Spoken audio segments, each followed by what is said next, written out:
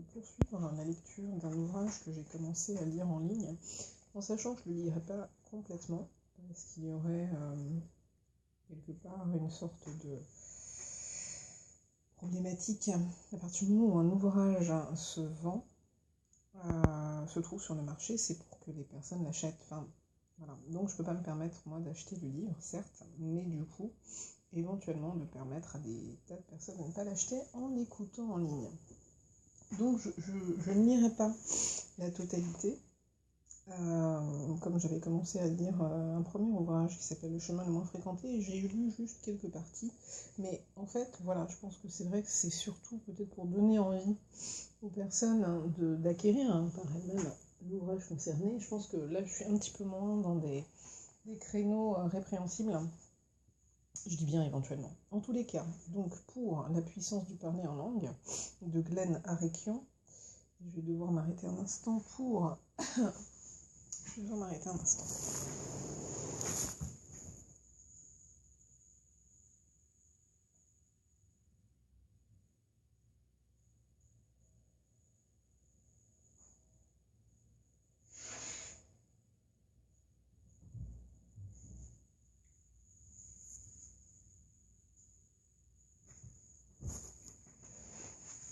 Ok, donc, pour ce livre, La puissance du parler en langue, je ne note pas forcément, là je ne vais pas noter forcément le titre en entier parce que sur YouTube on est vraiment listé, on est un petit peu répertorié d'une manière très, très simple, hein. Soit effectivement le titre permet de retrouver les vidéos associées, mais j'ai pas envie, c'est peut-être contradictoire, mais j'ai pas envie d'attirer énormément de personnes sur cette chaîne. Voilà, parce qu'il y a des vidéos qui sont en ligne, qui sont des vidéos assez personnelles, et que d'un certain point de vue, ça ne me dérange pas que des inconnus puissent avoir accès à des choses personnelles, parce que je ne les connais pas, justement, ils ne me connaissent pas, donc voilà. Mais en même temps, c'est quand même gênant. Donc du coup, même si on a la possibilité sur YouTube, quand on met une vidéo en ligne, de choisir si on accepte que la vidéo puisse être intégrée. Donc je pense que l'intégration, c'est le fait de copier, ou pas. Maintenant, c'est pas parce qu'on ne peut pas copier classiquement facilement une vidéo qu'on ne peut pas la copier autrement. Mais bon, voilà, il y a une notion, entre guillemets, de risque, je dis bien entre guillemets de risque, à exposer comme ça des choses très personnelles, parce qu'on ne sait pas du tout, effectivement, qui peut y avoir accès, et que ça peut porter préjudice. Les choses personnelles qu'on expose sur le net, il y a des gens qui ont eu des problèmes, hein. Des gens qui ont eu des problèmes, hein. Donc, ouais. Je suis consciente de ça. Là, en tous les cas, du coup, je ne mets plus, même pour les titres de... Je fais très attention aux titres que je mets, en fait. Je ne mets pas les noms. Par exemple, l'église à laquelle j'appartiens, je ne vais pas forcément mettre, comme je l'ai fait au début, je ne vais pas mettre culte d'Hillsong, je vais mettre culte d'H. Voilà, parce que H, c'est peut-être pas forcément répertorié quand les gens cherchent dans le moteur de recherche sur Google, c'est pas forcément répertorié. Voilà. Il y a plein de mots qui caractérisent des choses que je ne vais pas utiliser parce que je n'ai pas envie que ma vidéo soit trouvée forcément. Donc c'est très contradictoire parce que il faut savoir exactement pourquoi on fait les choses, mais non, moi je sais pas. Je crois comme une problématique avec le nombre. J'ai une problématique avec le grand nombre. Voilà. Donc je préfère les choses simples, les choses qui vont pas trop loin. Là, par contre, je sais que dans les vidéos que je peux faire où il s'agit de laisser l'esprit prendre le contrôle de mes mouvements pour effectuer une sorte de danse, il y a quand même des vidéos, je trouve, qui sont pas mal vues. Pour moi, une quarantaine de vues, c'est énorme. Donc je pense qu'il s'agit de revisionnage d'une même entité, d'une même personne, parce que peut-être, et je vais vérifier que toutes les vidéos de ce type sont vraiment non intégrables. Et puis j'ai pas envie non plus, on donne la possibilité, quand on met une vidéo en ligne, de prévenir ou pas les abonnés. Non, moi j'ai pas envie d'entrer dans un truc où je vais faire des choses pour des gens particulièrement, Parce que ça peut être pernicieux, parce qu'à une époque je l'ai peut-être fait, et que du coup on se sent dans l'obligation de fournir, enfin il y a un manque de naturel. Moi je fais les choses voilà, à mon rythme, comme moi, je le sens, comme j'en ai envie, donc c'est vrai que c'est très égocentré, peut-être. Euh, je préférerais dire que c'est aussi conduit éventuellement, dans une certaine mesure. Voilà, mais pas des trucs, pas des trucs de masse, hein, pas des trucs de masse. C'est pour ça que juste un dernier truc, et après je vais lire un tout petit peu, parce qu'en même temps j'aurai pas trop le temps là en cette matinée. Mais je m'étais arrêtée donc pour la puissance du parler en langue, je m'étais arrêtée au chapitre 3 manifestement, à l'objection numéro 6 non incluse. Donc je vais la lire aujourd'hui, au moins ça, on va dire. Mais voilà, j'étais très étonnée. Enfin, c'est pas que j'étais très étonnée, mais je découvre là seulement dernièrement ce qui se passe un petit peu au niveau de la maison mère, si on peut dire, de l'église à laquelle j'appartiens a priori aujourd'hui. Moi j'aime beaucoup Ils sont de Paris, je pense que je sais pas si je l'ai déjà dit, mais honnêtement, j'aime beaucoup les deux pasteurs principaux, le couple de pasteurs qui lead cette église. J'ai eu l'occasion d'ailleurs de le dire à Brandon White. Très honnêtement, voilà, moi j'aime cette force, cette espèce de passion qui les anime pour la parole. Et c'est franchement une des raisons qui fait que je reste là, même s'il y a des choses que je n'aime pas dans cette église. Mais j'aime leur vigueur, j'aime leur passion, j'aime leur implication, j'aime leur foi qui est perceptible. J'aime la sincérité, je pense, effectivement, qui transparaît dans leur discours. Enfin voilà, je les aime tous les deux, je les trouve. Moi vraiment, oui, je suis, je suis. Après, il y a effectivement la louange, c'est sûr, la louange très très particulière qui n'a rien à voir avec ce qu'on peut entendre chez les catholiques, mais on n'est pas chez les catholiques, c'est clair, mais moi je viens d'un milieu catholique, donc voilà. Et je suis arrivée là pour la première fois, après les cathos, on va dire, et j'ai trouvé ça très très bien. Ma sœur avait déjà été orientée dans ce sens-là, je pense aussi parce que justement c'était pas mort, entre guillemets, pas trop calme, comme chez les catholiques. Il y avait une vie, il y avait une joie, il y avait une ferveur, et effectivement c'est important. Parce que la joie fait partie des fruits de l'esprit aussi. En tout cas, je m'égare un peu. Mais je disais donc que j'avais regardé ce qui se passe, je crois que c'est en Australie. Je trouve que c'est trop, quoi. Ça a des proportions. L'église est énorme.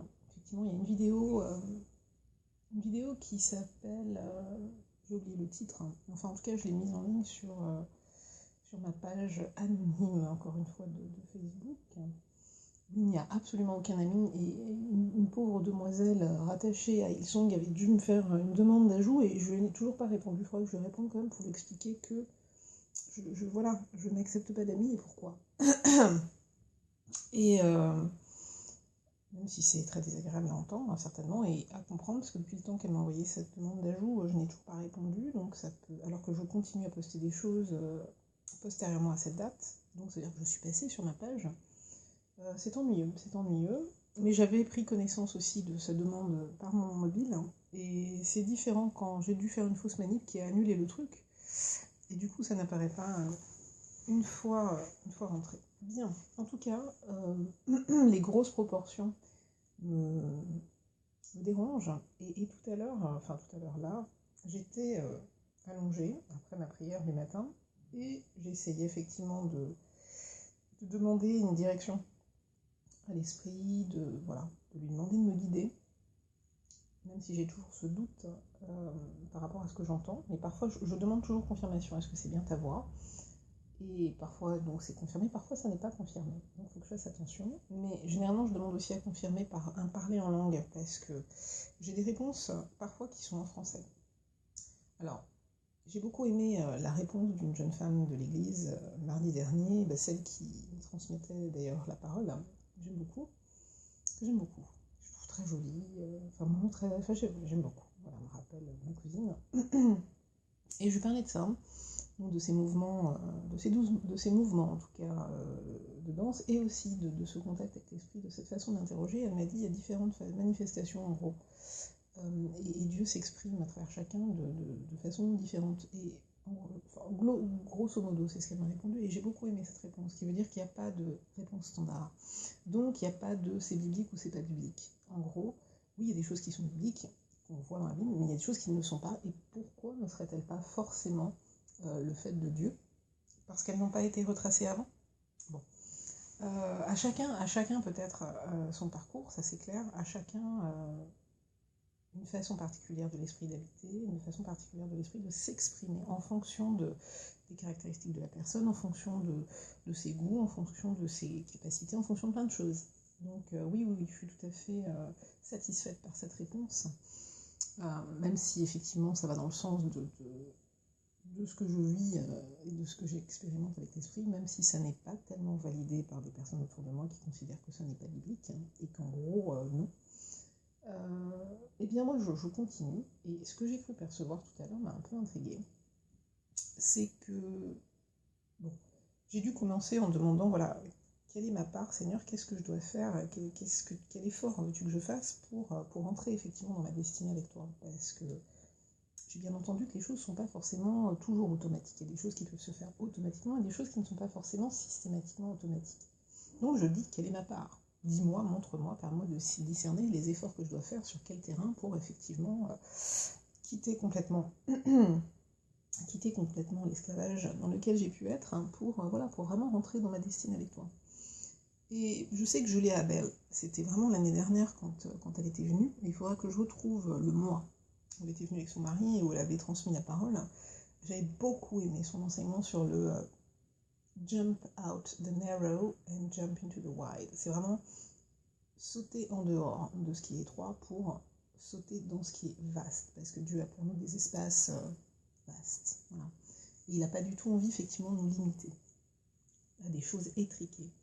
Donc, ce qui est très étrange, c'est que je priais tout à l'heure, je commençais par ça, après je vais un petit peu dans différentes directions, et à un moment donné, je sais pas pourquoi, mais j'en arrive à me demander, parce que moi j'ai envie de vivre d'une certaine manière, comme tout le monde, et je sais qu'à un moment donné, j'ai plus du tout envie de vivre, par exemple, dans un immeuble, dans un appartement, j'ai envie de pouvoir un jour vraiment vivre chez moi, dans ma maison. C'est un désir, j'ai presque envie de dire, naturel et certainement propre à beaucoup de gens, ou pas, mais en tout cas beaucoup. Et donc j'ai une vision comme ça, enfin, une anticipation que je pouvais avoir quand j'étais plus jeune, parce que je dessinais des maisons à un moment donné, je faisais des plans et tout. Dommage que je ne les ai pas conservés, ou je ne sais pas où. Et voilà, j'ai une espèce de vision comme ça, et je demandais à l'esprit si effectivement, à un moment donné, il sera effectivement possible pour moi de vivre de cette manière-là. Et la réponse semblait positive. Et en tout cas, dans la lignée de cette interrogation, le temps ne m'a pas été donné, parce qu'il y a des questions auxquelles l'esprit manifestement ne veut pas répondre. Voilà, on peut être très flou, et je pense qu'il ne faut pas insister. Il y a des choses qu'on n'a pas forcément non plus à savoir 3 milliards d'années avant, enfin bon. Et par contre, je demandais si ce serait en France. Et la réponse était non. Et je lui demandais du coup si ma destinée s'accomplirait dans un autre pays. Et la réponse était oui. Alors, je posais des questions sur où. Et finalement, il semblerait, mais je mets toujours le conditionnel, hein, il semblerait que ce soit aux États-Unis. Et là, ça m'étonne beaucoup, parce que franchement,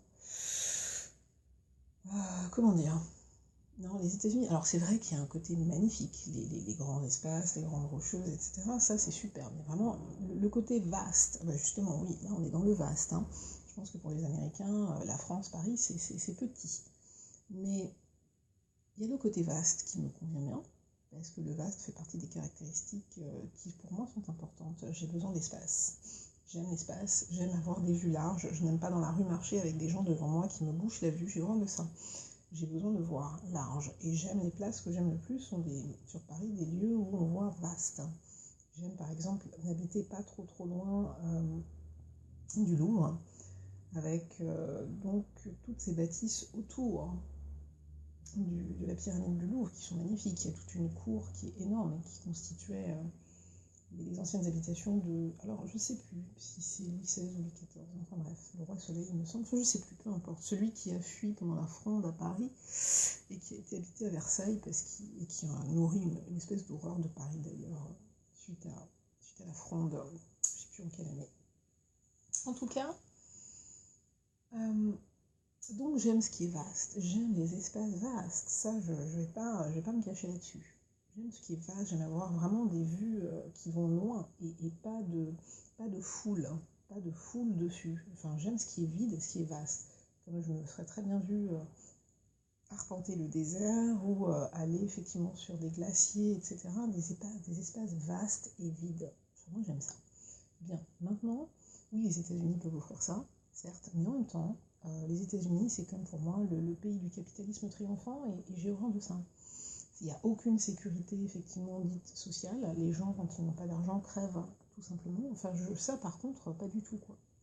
Et après, donc, ce que je semblais faire se voir, c'est ne t'inquiète pas. Ne t'inquiète pas pour ces choses-là.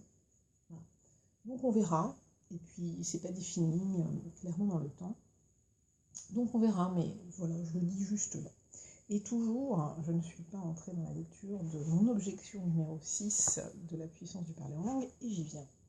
Ainsi donc, page 59 de cet ouvrage de Glenn Arekian, La puissance du parler en langue, chapitre 3, objection numéro 6. Parce qu'il s'agit, pour reprendre un petit peu le contexte du chapitre, et pour en relire le...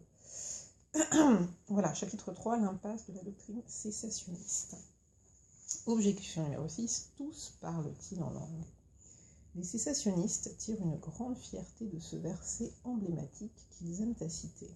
Pas besoin d'être un croyant de longue date pour foncer sur ceux qui pensent cela et asséner ce passage précis de l'écriture afin de défendre l'opinion, tout en se convainquant soi-même que la glossolalie n'est pas pour nous aujourd'hui, et pire encore qu'elle vient du diable. Voici le verset en question. 2 points. Ouvrez les guillemets. Tous sont-ils apôtres, tous sont-ils prophètes, tous sont-ils docteurs, tous font-ils des miracles, tous ont-ils des dons de guérison, tous parlent-ils en langue, tous interprètent-ils. Fermez les guillemets. 1 Corinthiens 12, 29, 30. Ceux qui critiquent la glossolalie martèlent avec force que tous les chrétiens ne peuvent pas avoir le don des langues et que les pentecôtistes et les charismatiques ont tort d'enseigner le contraire. Dans un sens, ce n'est pas faux si l'on considère que Paul dit clairement que tous n'ont pas le don de parler en langue. La version interlinéaire du Nouveau Testament en grec et anglais, NDT, déclare clairement ceci. 2 points. Ouvrez les guillemets. Tous parlent-ils en langue? Fermez les guillemets. Non. Non. Alors attends, je reprends. Donc déclare clairement ceci. 2 points. Ouvrez les guillemets. Tous parlent-ils en langue? Point d'interrogation. Non. Fermez les guillemets. Voir 1 Corinthiens 12, 30. Voilà qui est sans appel.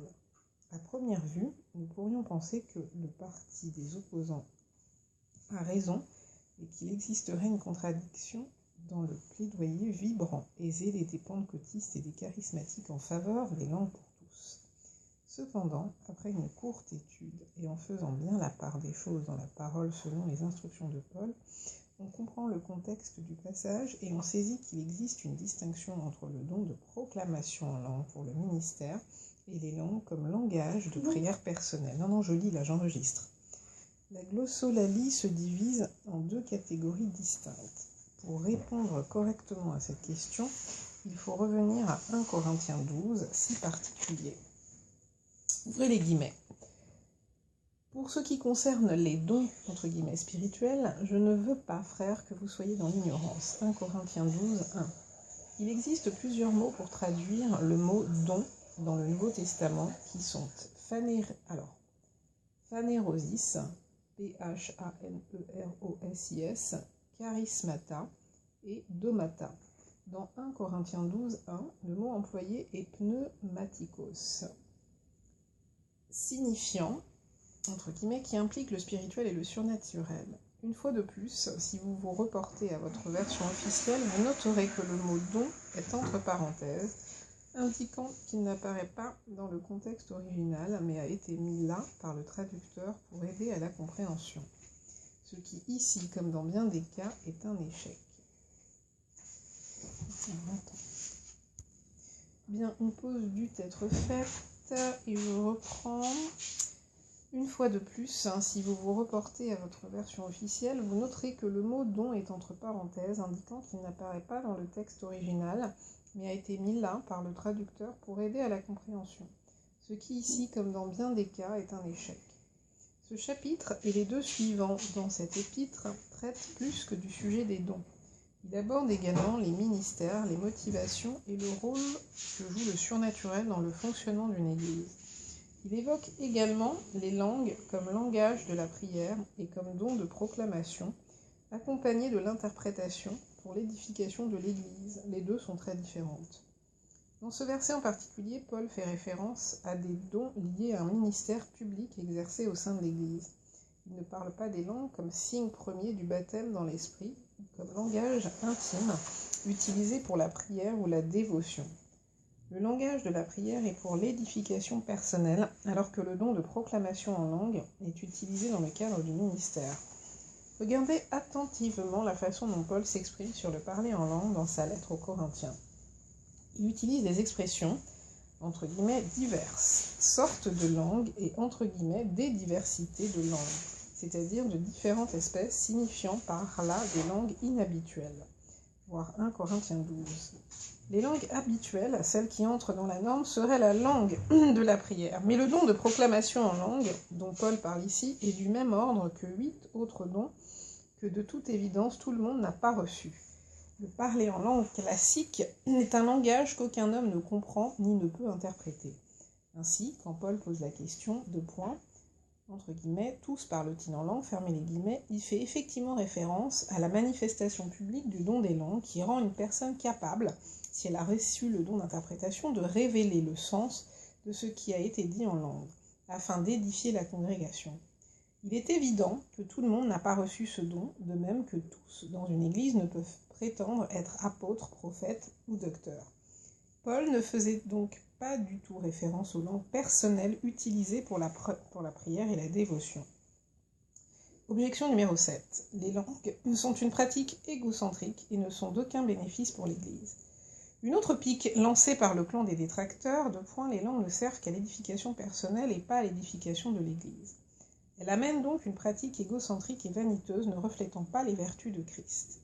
On dirait une marque d'humilité, mais il ne s'agit en réalité que d'une extrême hypocrisie dissimulant de l'orgueil. Rien nulle part dans l'Écriture ne dit que Paul ni aucun autre apôtre était contre l'édification personnelle. Que dit Jude ? Ouvrez les guillemets. « Mais vous, bien-aimés, édifiez-vous vous-même sur votre très sainte foi, priez par le Saint-Esprit. » Fermez les guillemets. Jude 1, 20. Paul, lui aussi, a écrit : Ouvrez les guillemets. « Et maintenant, je vous confie à Dieu et à la parole de sa grâce, qui a la puissance d'édifier et de donner l'héritage parmi tous ceux qui sont sanctifiés. » Fermez les guillemets. Acte 20, 32. Tout ce que nous faisons, que ce soit lire la Bible, prier ou même nous rendre à l'église, nous le faisons pour notre édification. Paul ne dénigrait en aucune façon l'édification personnelle par les langues, mais soulignait le contraste entre l'édification du chrétien et l'édification du corps. Il y a un temps et un lieu pour une utilisation personnelle des langues qui édifie le croyant, et il y a un lieu pour la prophétie qui édifie le corps. Objection numéro 8. Les langues ne sont pas pour nous aujourd'hui, puisque Paul dit qu'il préférerait dire 5 paroles avec l'intelligence que 1000 avec une langue inconnue. Ouvrez les guillemets. Mais dans l'Église, je préfère dire 5 paroles avec mon intelligence afin d'instruire les autres plutôt que 10 000 paroles en langue. Fermez les guillemets. 1 Corinthiens 14, 19. Les opposants aux langues aiment à citer ce verset pour expliquer pourquoi ils ne parlent pas en langue. Paul, qui a déjà déclaré parler en langue plus qu'aucun autre, ne les dénigrait pas, mais s'exprimait sur leurs dérives. L'Église de Corinthe était responsable de déséquilibres pendant les cultes d'adoration. Ainsi que je l'ai déjà souligné, il conduisait le culte et exerçait les ministères en langue. Paul faisait référence à l'enseignement de la parole, mais dans l'Église, je préfère dire 5 paroles avec mon intelligence afin d'instruire les autres. 3 petits points, fermez les guillemets. 1 Corinthiens 14, 19. L'enseignement est clair et donne du sens alors que les langues ne touchent pas notre intelligence. De fait, ce verset traite de la prédication et de l'enseignement dans les moments d'adoration collective, choses qui ne se font pas en langue. Paul était soucieux de l'édification de l'Église. Les langues n'édifiaient que la personne en propre, mais pas l'Église en tant que corps. Paul ne minimisait pas l'importance des langues. Il expliquait seulement aux Corinthiens que quand une Église est dans l'adoration, l'édification du corps dans son ensemble est impérative. Des personnes s'étonnent de nous voir prier et louer en langue pendant un culte et demandent si cela s'oppose directement à l'instruction de Paul d'adorer avec ordre. La réponse est tout simplement que Paul ne s'attaquait pas à la question du parler en langue collectif, mais qu'il donnait une directive concise et claire à ceux qui veulent s'adresser à la congrégation. Il faut qu'ils le fassent dans une langue connue de tous plutôt qu'avec le parler en langue. Nous pouvons de manière collective prier et louer Dieu en langue, mais quand nous nous adressons aux membres de l'Église, nous le faisons dans la langue de tout le monde. Cependant, s'il y a une proclamation en langue, elle doit être suivie d'une interprétation. Dans le cas contraire, celui qui a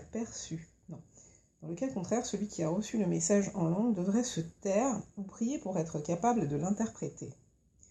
Objection numéro 9. Les langues ne sont pas pour nous aujourd'hui, car c'est le moindre de tous les dons. Ouvrez les guillemets. Et Dieu a établi dans l'Église premièrement des apôtres, deuxièmement des prophètes, troisièmement des docteurs. Ensuite, il y a le don, entre guillemets, des miracles. Puis le don de guérir, de secourir, de gouverner, de parler diverses sortes de langues, point, fermez les guillemets. 1 Corinthiens 12, 28. Voici le sujet de dispute que les opposants au continualisme avancent pour défendre leur position. 2 points. Ouvrez les guillemets. Les langues sont mentionnées en dernier dans 1 Corinthiens 12, 28. Par conséquent, ce sont les moindres des dons, point d'exclamation, fermez les guillemets. Cela signifie que les langues ont si peu de valeur que les chrétiens mûrs n'ont pas à se soucier de ce don inférieur, entre guillemets. L'ordre dans lequel est détaillée la liste n'est pas nécessairement une indication de leur importance. Si nous appliquons la même interprétation pour 1 Corinthiens 13, 13, où Paul nous dit 2 points, ouvrez les guillemets, maintenant, donc ces 3 choses demeurent, 2 points, la foi, l'espérance, l'amour, mais la plus grande, c'est l'amour, fermez les guillemets. Alors la foi et non l'amour devrait être la plus grande des choses, en dépit du fait que ce don est listé en dernier. Paul dit que c'est bien l'amour qui est le plus grand. On ne peut donc pas appliquer ce type d'interprétation à la liste de l'épître aux Corinthiens non plus. Objection numéro 10. Les nouvelles langues signifient un langage sans grossièreté. Voilà qui est risible. Une autre mauvaise raison répandue par les opposants est de dire que les nouvelles langues impliquaient que nos paroles seraient désormais dénuées de toute grossièreté. Il est vrai qu'il ne devrait y avoir aucune grossièreté dans la bouche du croyant, mais cela n'a rien de nouveau, entre guillemets. Alors, je pense que je vais m'arrêter là. Parce que si je vois la suite, j'en suis à la page 64, il y a l'objection numéro 11 qui s'appelle « Les langues sont basées sur l'expérience et un sentimentalisme inconvenant ». C'est la dernière objection, donc non, je pense que je vais la faire. Objection numéro 11, donc je reprends, les langues sont basées sur l'expérience et un sentimentalisme inconvenant. Les cessationnistes déclarent que ceux qui professent avoir reçu le baptême du Saint-Esprit avec le parler en langue et croient dans les dons charismatiques basent uniquement un tel phénomène sur une expérience et non sur la Bible. D'autres ont dit, ouvrez les guillemets, ce n'est rien d'autre que la mise en scène des émotions. Soit. Mais nous pourrions tout aussi bien dire, en prenant les choses du point de vue opposé, que les cessationnistes basent leur absence de puissance naturelle sur leur expérience, ou manque d'expérience pour être plus précis. En réalité, ils rejettent les expériences d'autrui en raison de leur propre manque d'expérience. Paul dit clairement dans son épître aux Romains, 2 points, ouvrez les guillemets, 3 petits points, et la patience produit l'expérience, et l'expérience produit l'espérance, fermez les guillemets, King James, entre guillemets. L'expérience produit l'espérance. Si les cessationnistes ne s'attendent pas au surnaturel, c'est qu'ils ne l'ont jamais expérimenté. Leur credo est, 2 points, ouvrez les guillemets, si je ne l'ai pas expérimenté, alors votre expérience ne peut absolument pas être recevable. Point d'exclamation, fermez les guillemets. Le cessationnisme met Dieu en boîte et lui pose des limites, lui qui est sans limite. Si l'on en croit l'auteur de la lettre aux Hébreux, entre guillemets, Jésus-Christ est le même hier, aujourd'hui et pour l'éternité. Fermez les guillemets, Hébreux 13, 8.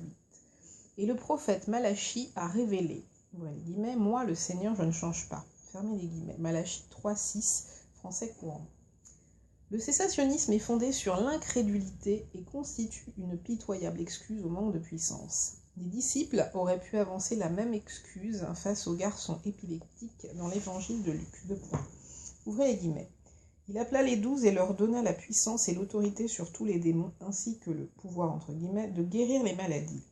Il les envoya prêcher le royaume de Dieu et guérir, entre guillemets, les malades. Il leur dit, 2 points, ne prenez rien pour le voyage, ni bâton, ni sac, ni pain, ni argent, et n'ayez pas de tunique. Dans quelque maison que vous entriez, restez-y, et c'est de là que vous partirez. Et partout où les gens ne vous reçoivent pas, en sortant de cette ville, secouez la poussière de vos pieds en témoignage contre eux. » Ils partirent et allèrent de village en village. Ils annonçaient la bonne nouvelle et opéraient partout des guérisons. Fermez les guillemets, Luc 12, 1 à 6. Notez bien que les disciples étaient capables d'obéir à l'ordre de Jésus au verset 6. Regardez la conclusion, ouvrez les guillemets. Les apôtres, à leur retour, racontèrent à Jésus tout ce qu'ils avaient fait. Fermez les guillemets, Luc, chapitre 9, verset 10. Il est arrivé quelque chose d'intéressant dans le même chapitre, quelques versets plus loin. Ouvrez les guillemets. Le lendemain, lorsqu'ils furent descendus de la montagne, une grande foule vint à la rencontre de Jésus. Et voici que du milieu de la foule, un homme s'écria, Maître, je t'en prie, porte les regards sur mon fils, car c'est mon fils unique. Un esprit le saisit et aussitôt il pousse des cris, et l'esprit le fait entrer en convulsion, le fait écumer et le quitte à grand-peine, après l'avoir tout meurtri. J'ai prié tes disciples de le chasser, et ils ne l'ont pas pu. Jésus répondit, Race incrédule et perverse, jusque à quand serai-je avec vous et vous supporterai-je? Amène ici ton fils. Comme il approchait le démon, le jeta par terre et le fit entrer en convulsion. Mais Jésus menaça l'esprit impur, guérit l'enfant et le rendit à son père. Et tous furent frappés de la grandeur de Dieu, tandis que chacun était dans l'admiration de tout ce que faisait Jésus. Fermez les guillemets, Luc 9, 37 à 43. Remarquez ces mots, Ouvrez les guillemets, j'ai prié tes disciples de le chasser et ils ne l'ont pas pu.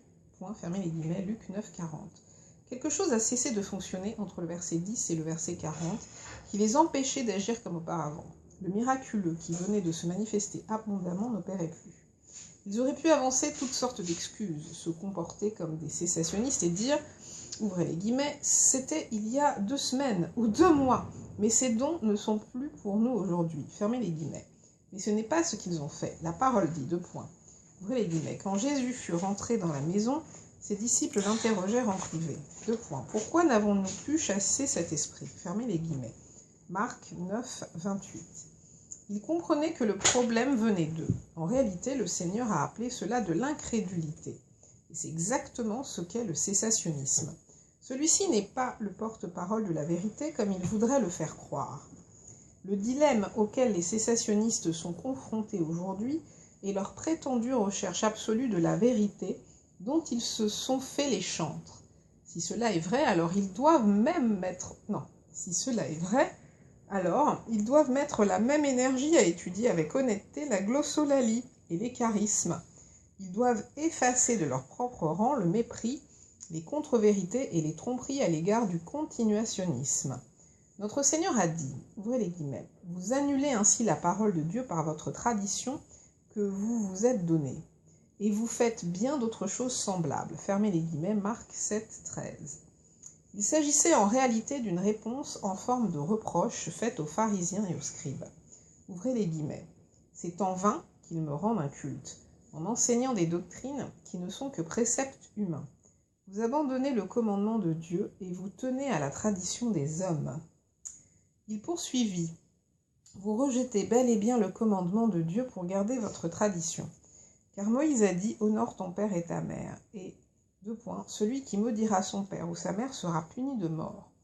Mais vous dites, si un homme dit à son père ou à sa mère, ce dont j'aurais pu t'assister est korban, Q-O-R-B-A, accent circonflexe N, c'est-à-dire une oblation, entre guillemets, à Dieu, vous ne le laissez plus rien faire pour son père ou pour sa mère. Vous annulez ainsi la parole de Dieu par votre tradition que vous vous êtes donnée.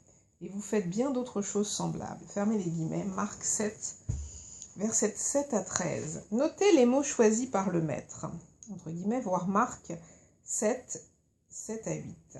En enseignant des doctrines qui ne sont que préceptes humains, vous abandonnez le commandement de Dieu et vous tenez à la tradition des hommes. 3 petits points. Et vous faites bien d'autres choses semblables. Vous rejetez bel et bien le commandement de Dieu pour garder votre tradition. Vous annulez ainsi la parole de Dieu par votre tradition que vous vous êtes donnée, et vous faites bien d'autres choses semblables. Voilà ce qu'est fondamentalement le cessationnisme. L'Écriture ne le valide pas. Il s'agit seulement d'une tradition des hommes qui a rejeté les commandements de Jésus, le suprême berger de l'Église.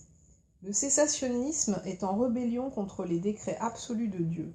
C'est également une idolâtrerie puisqu'on adore un dogme intellectuel et abstrait qui, comme le veau d'or, évince Dieu. Il donne à la parole de l'homme un statut supérieur au commandement de Dieu. L'Écriture déclare sans ambiguïté, ouvrez les guillemets, que Dieu soit reconnu pour, entre guillemets, vrai. Que Dieu soit reconnu pour vrai, et tout homme pour menteur. Fermez les guillemets, Romains 3, 4. Romains chapitre 3, verset 4. Le cessationnisme fait passer Dieu pour un menteur. Faire passer pour menteur le Seigneur de la vérité ne ressemble guère à une recherche effrénée de la vérité. Ce que les partisans du cessationnisme ne voient pas, entre guillemets, ou peut-être que si, fermez les guillemets, c'est qu'en défendant cette doctrine, ils sont dans le déni du travail du Saint-Esprit, donc du Seigneur Jésus. C'est l'onction du Saint-Esprit qui a rempli son ministère de miracles et de guérison. Il y a un parallèle évident entre la chambre haute pour les disciples dans le livre des Actes et le Jourdain, puis l'expérience du désert pour Jésus.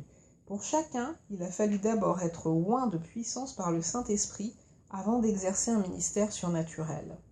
Ouvrez les guillemets. Jésus retourna en Galilée avec la puissance de l'Esprit et sa renommée se répandit dans toute la région. Fermez les guillemets. Luc chapitre 4, verset 14. Voici ensuite, on passe à un autre passage, toujours du chapitre 3, qui s'intitule « Gardez-vous du cessationnisme ». Mais là, je vérifie juste. Ah, mais en même temps, si je lis ça, après j'ai fini le chapitre 3. Allez, on termine, on continue.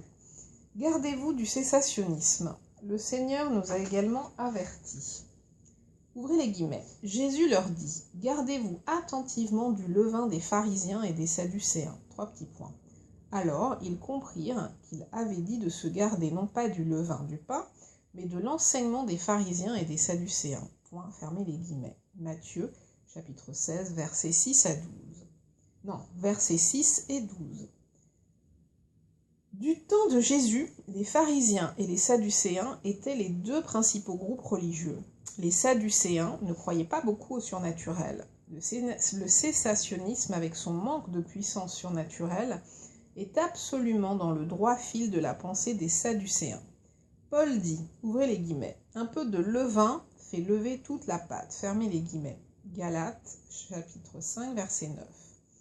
De nos jours, nous manquons de puissance surnaturelle parce que nous manquons de glossolalie et de charisme. Notez ce que Jésus a répondu aux pharisiens et aux sadducéens. Ouvrez les guillemets. Le même jour, les sadducéens qui disent qu'il n'y a pas de résurrection s'approchèrent de Jésus et lui posèrent cette question. Maître, Moïse a dit, si quelqu'un meurt, Moïse a dit, si quelqu'un meurt sans enfant, son frère épousera la veuve et suscitera une descendance à son frère. Or, il y avait parmi nous 7 frères. Le premier se maria et mourut.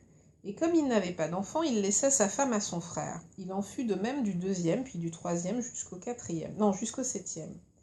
Après eux tous, la femme mourut. À la résurrection, duquel des 7 frères sera-t-elle donc la femme? Car tous l'ont eue. Jésus leur répondit. Vous êtes dans l'erreur, parce que vous ne comprenez ni les Écritures, ni la puissance de Dieu. Fermez les guillemets. Matthieu, chapitre 22, versets 23 à 29.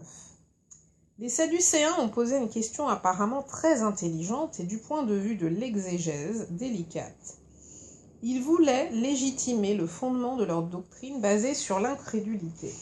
Pour mieux comprendre ce qui se cachait derrière leur question, il faut connaître une chose au sujet des Sadducéens. C'était une élite qui croyait dans le maintien strict des castes et des ordres religieux, mais ils étaient aussi libéraux en intégrant une vision helléniste à leur vie, ce à quoi s'opposaient violemment les pharisiens. Ils disaient être des partisans du sola scriptura et rejetaient l'idée de la loi orale, mettant l'accent sur une interprétation littérale de l'écriture. Ce qui explique leur rejet de la vie après la mort, puisque, selon leur docteur de la loi, celle-ci n'est pas évoquée dans la Torah. Pour eux, tout se concentrait sur les rituels et le temple. En réalité, ils portaient un culte à l'intellectualisme qu'ils trouvaient dans les Écritures en méconnaissant la puissance de l'Écriture. Jésus leur fit cette réponse. Ouvrez les guillemets. Vous êtes dans l'erreur parce que vous ne comprenez ni les Écritures ni la puissance de Dieu. Fermez les guillemets. Matthieu chapitre 22, verset 29. C'était un camouflet pour les Sadducéens qui se prévalaient tant de leur fidélité à la lettre et de leur adhésion au sola scriptura. Mais Jésus leur dit, « Vraiment, vous méconnaissez l'Écriture, elle ne vous est pas familière. Voilà pourquoi il n'y a pas de puissance, 3 petits points, mais de dunamis, c'est-à-dire simplement, entre guillemets, la capacité et l'efficacité. » En d'autres termes, le Seigneur disait, 2 points, ouvrez les guillemets, « Si vous connaissiez l'Écriture comme vous le proclamez, vous auriez compris comme elle confirme son efficacité. » Fermez les guillemets. Le cessationnisme aujourd'hui, c'est précisément cela. Ils affirment croire en la Bible, mais elle ne provoque chez eux qu'une adhésion intellectuelle à peine dissimulée. Ils ne reconnaissent pas qu'il s'agit d'une lettre vivante. Leur adhésion intellectuelle consiste seulement à reconnaître que la Bible est vraie, mais sans être suivie des faits, ce qui induit une forme subtile d'aveuglement. C'est la pire ennemie de la foi. Elle nous dépouille des bénédictions de Dieu. Le cessationnisme déclare croire en la Bible, mais pas en une Bible agissante. Les cessationnistes auraient aimé que nous soyons convaincus que l'épître de Paul aux Corinthiens se termine ainsi, 2 points. Ouvrez les guillemets. Ainsi donc, frères, n'aspirez pas à prophétiser et empêchez de parler en langue. Fermez les guillemets. Mais ce n'est pas ainsi que se conclut ce verset. 2 points. Ouvrez les guillemets. Si quelqu'un croit être prophète ou inspiré, qu'il reconnaisse que ce que je vous écris est un commandement du Seigneur. Et si quelqu'un l'ignore, c'est qu'il est ignoré de Dieu, entre guillemets. Ainsi donc, frères, aspirez à prophétiser et mettez-y tout votre cœur, entre guillemets, et n'empêchez pas de parler en, entre guillemets, des langues, entre guillemets, inconnues. Et n'empêchez pas de parler en des langues inconnues. Fermez les guillemets. 1 Corinthiens, chapitre 14, versets 38 à 39. Commentaire, entre parenthèses, de l'auteur. Ouvrez les guillemets. Ainsi donc, frères, aspirez à prophétiser et n'empêchez pas de parler en langue, mais que tout se fasse avec bienséance et avec ordre. Fermez les guillemets. 1 Corinthiens, chapitre 14, versets 39 à 40. Ouvrez les guillemets, 3 petits points. Car telle est à votre égard la volonté de Dieu en Jésus-Christ. N'éteignez pas l'esprit, ne méprisez pas les prophéties. Point. Fermez les guillemets. 1 Thessaloniciens, chapitre 5, verset 18. Ouvrez les guillemets, et si quelqu'un l'ignore, c'est qu'il est ignoré, entre guillemets, de Dieu. Point. Fermez les guillemets. 1 Corinthiens, chapitre 14, verset 38. Bien, j'ai donc là terminé le chapitre 3, et je devrais poursuivre, quand je prendrai le temps de le faire, page 73 de ce livre, avec le chapitre 4, intitulé « Les bénéfices du parler en langue », de 1 à 20. Et je crois qu'effectivement, il y a une liste. Et celle-là est très intéressante. C'est vraiment ça. Ah, et il y a encore le chapitre 5, les bénéfices du parler en langue, 21 à 40. Donc, 41 bénéfices listés. Bon, une quarantaine du parler en langue. Et même encore, les bénéfices du parler en langue, chapitre 6, 41 à 60. Mon Dieu, ça va loin quand même. Donc, une soixantaine de bénéfices du parler en langue. Et après cela, qu'est-ce qu'on a? Est-ce qu'on a un chapitre 7? Oui, on a le chapitre 7 qui s'appelle « Le baptême du Saint-Esprit est plus accessible que vous l'imaginez ». Et je crois que c'est le dernier chapitre. Et la conclusion, 10 vérités inestimables. Voilà ce qui reste. Maintenant, je ne sais pas si je vais tout lire. Ouais, donc à la fin c'est intéressant, il y a marqué pour contacter l'auteur, Glen Arekion Ministries, P.O. Box 72 672, Louisville, d'un trait, sans petit tiret, KY 40272, USA, mail @glen avec 2 n arekion.org ou www.glenarekion d'une traite.org. Intéressant, mais par contre, bon voilà, je n'irai pas tout, mais je pense que les 60 bénéfices du parler en langue, je les lirai. Après, le chapitre 7, pas forcément, et les 10 vérités inestimables, peut-être. Voilà un peu comment je vois les choses. Bonne journée.